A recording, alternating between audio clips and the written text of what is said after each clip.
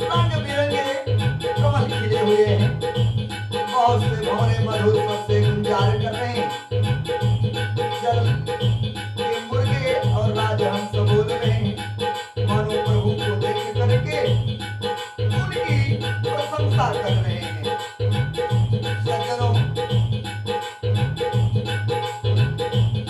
चक्रवात बबूलेयान पक्षियों के समुदाय देखते ही बनता है, उनका वर्णन नहीं किया जा सकता। सुंदर पक्षी और उनकी बोली बड़ी सुहावनी लगती है।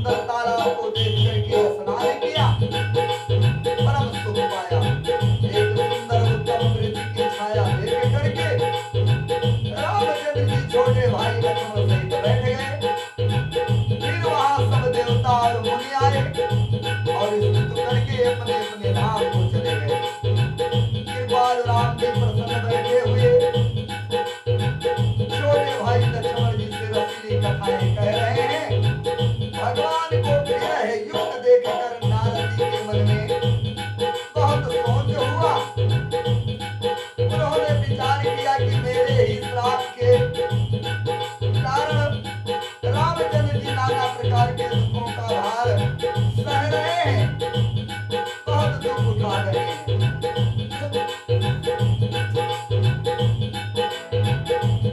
ऐसे प्रभु को जाकर के देखूं, फिर ऐसा मौका दोबारा नहीं बनावेगा, नहीं मिलेगा। यह विचार करके नारद जी हाथ में वीणा लिए हुए वहां गए जहां भगवान श्री रामचंद्र जी बैठे थे।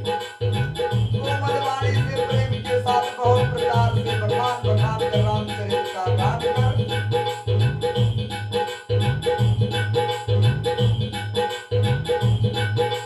रहे थे।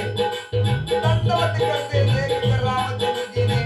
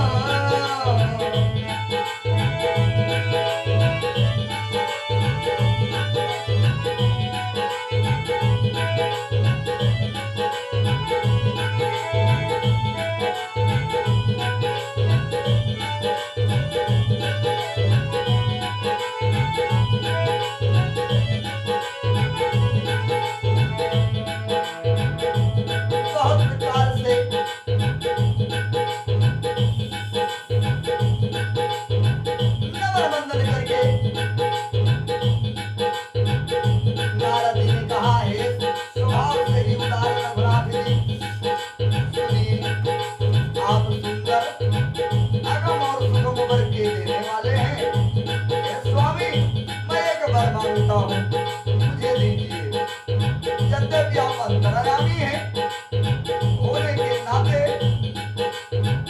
सब आप जानते ही हैं। रामचंद्र जी ने कहा, हे मुनि, तुम मेरा स्वभाव जानते हो, क्या मैं अपने भक्तों से कभी कुछ छिपाए रखता हूँ? मुझे ऐसी कौन सी वस्तु प्रिय लगती है जिससे हे मुनि श्रेष्ठ नारद तुम नहीं मांग सकते? जो इच्छा हो मांगिए। मुझे भक्त के लिए कुछ ऐसा नहीं है मेरे पास जो मैं दे ना सकूं। ऐसा विश्वास भूलकर मत छोड़ो। तब नारद जी ने प्रसन्न होकर के कहा, मैं ऐसा वर मांगता हूँ, यह मिठाई करता हूँ। यद्यपि प्रभु अनेकों नाम है आपके और वेद कहते हैं कि वह सब एक से एक बढ़कर है, तो भी हे नाथ, राम नाम सब नामों से बढ़कर हो और पाप रूपी पक्षियों के समूह के लिए या बधिक के समान हो। आपकी भक्ति पूर्णिमा की रात है, उसमें राम नाम की यह पूर्ण चंद्रमा होकर के और अन्य सब नाम तारागण होकर के भक्तों के हृदय रूपी निर्मलाकाश में निवास करें। कृपा सागर रामचंद्र जी ने मुझसे क्यों वस्तु कहा, ऐसा ही होगा। तब से नारद जी के मन में तब नारद जी मन में हर्षित होकर भगवान श्री रामचंद्र का नाम जपते हुए उनके चरणों में शीश नवाया। सज्जनों, सारी दुनिया राम नाम जपती है। क्यों? भगवान राम के जितने नाम हैं उनमें से सबसे फलदायक नाम राम का राम ही है। क्योंकि वरदान में नारद जी ने भगवान राम से मांगा, यह नाम सर्वोपरि हो, और भगवान राम ने नारद जी को वरदान दिया। इसीलिए सारी दुनिया राम का नाम जपती है। ऋषि मुनि साधु सन्यासी सभी जपते हैं। सज्जनों, राम नाम का वरदान नारद जी ने सबसे बड़ा होने का राम जी से ही यहाँ पर नारद जी ने लिया है। राम सजल नामन तेरिका, ओम नाथ अग खग गणपतिका। सज्जनों, तुलसीदास जी ने पुनः चौपाई के माध्यम से फिर लिखा है, आगे प्रसन्न रघुनाथ ही जानी, तूने नारद बोले मेरी वाणी, राम जबहि प्रेम निज माया, मोहे मोहे सुनहु रघुराया, तबो विवाह में चाहुनी प्रभु के कारण करई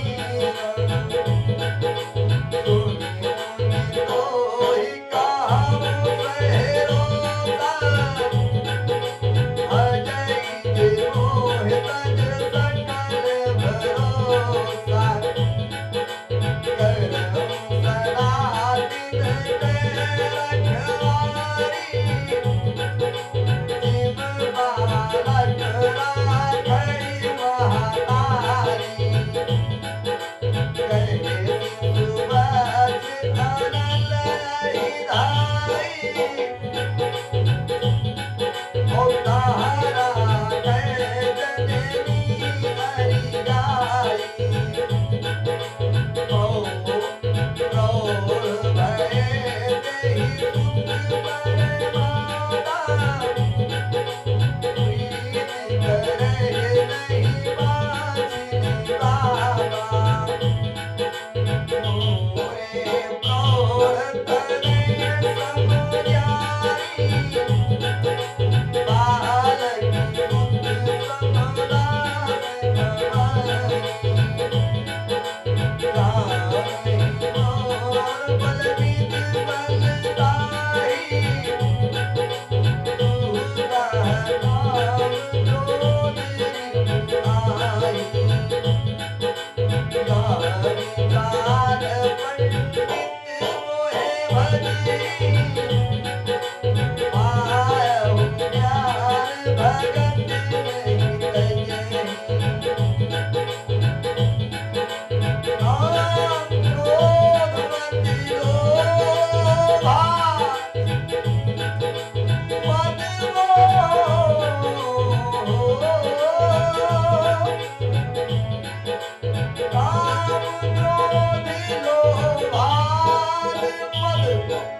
Come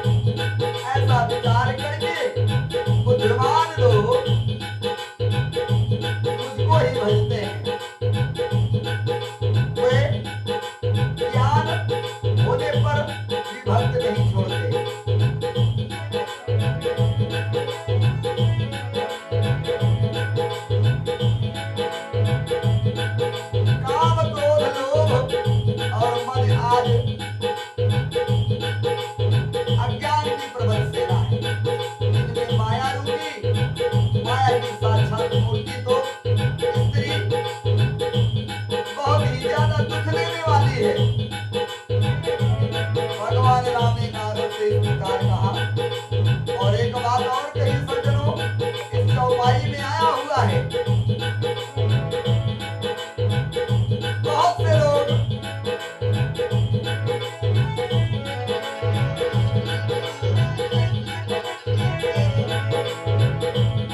अलग अलग अपने हिसाब से अर्थ लगाते हैं।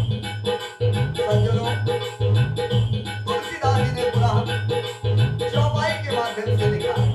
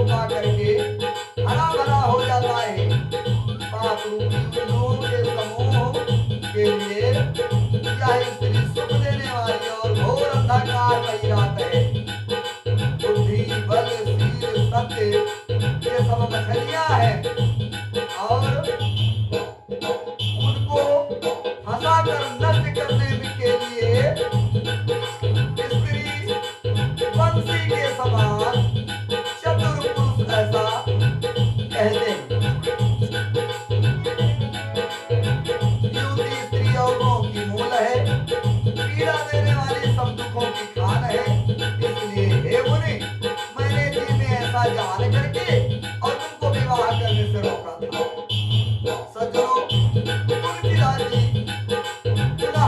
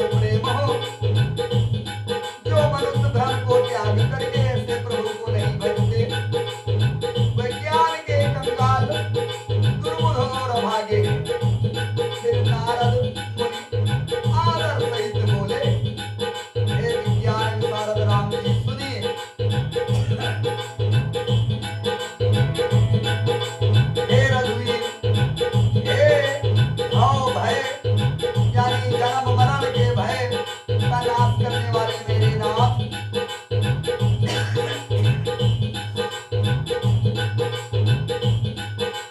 अब कृपा करके संतों के लक्षण बताइए। श्री रामचंद्र जी ने कहा, हे मुनि सुनो, मैं संतों के गुणों का बखान करता हूँ, जिनके कारण मैं उनके बस में हमेशा रहता हूँ। वे संत काम, क्रोध, मोह, मद और मत्सर, इन 6 विकारों से जो जीते हुए पाप रहित, काम रहित, निश्चल, अकिंचन, बाहर भीतर से पवित्र, सुख के धाम, असीम ज्ञानवान, इच्छा रहित, मिताहारी, सत्यनिष्ठ, कवि और विद्वान योगी हैं। सावधान, दूसरों को मान देने वाले, धैर्यवान, अभिमान रहित, धर्म के ज्ञान और आचरण में अत्यंत निपुण है, गुणों के घर हैं, संसार के दुखों से रहित हैं, संदेहों से सर्वदा छूटे हुए होते हैं। मेरे चरण कमलों को छोड़ करके उनको ना देह ही प्रिय होती है और ना घर ही। सज्जनों, तुलसीदास जी ने पुनः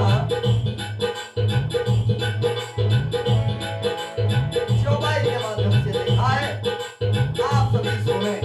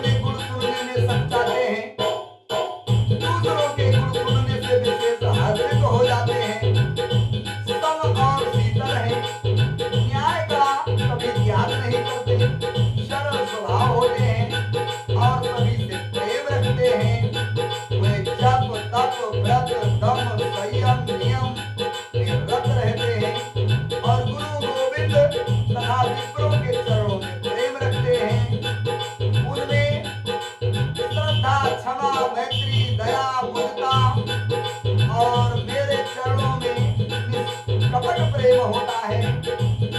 और संतों के लक्षण वैराग, विवेक, विनय, विज्ञान और वेद पुराणों का यथार्थ ज्ञान रहता है। वह दंभ, अभिमान और मद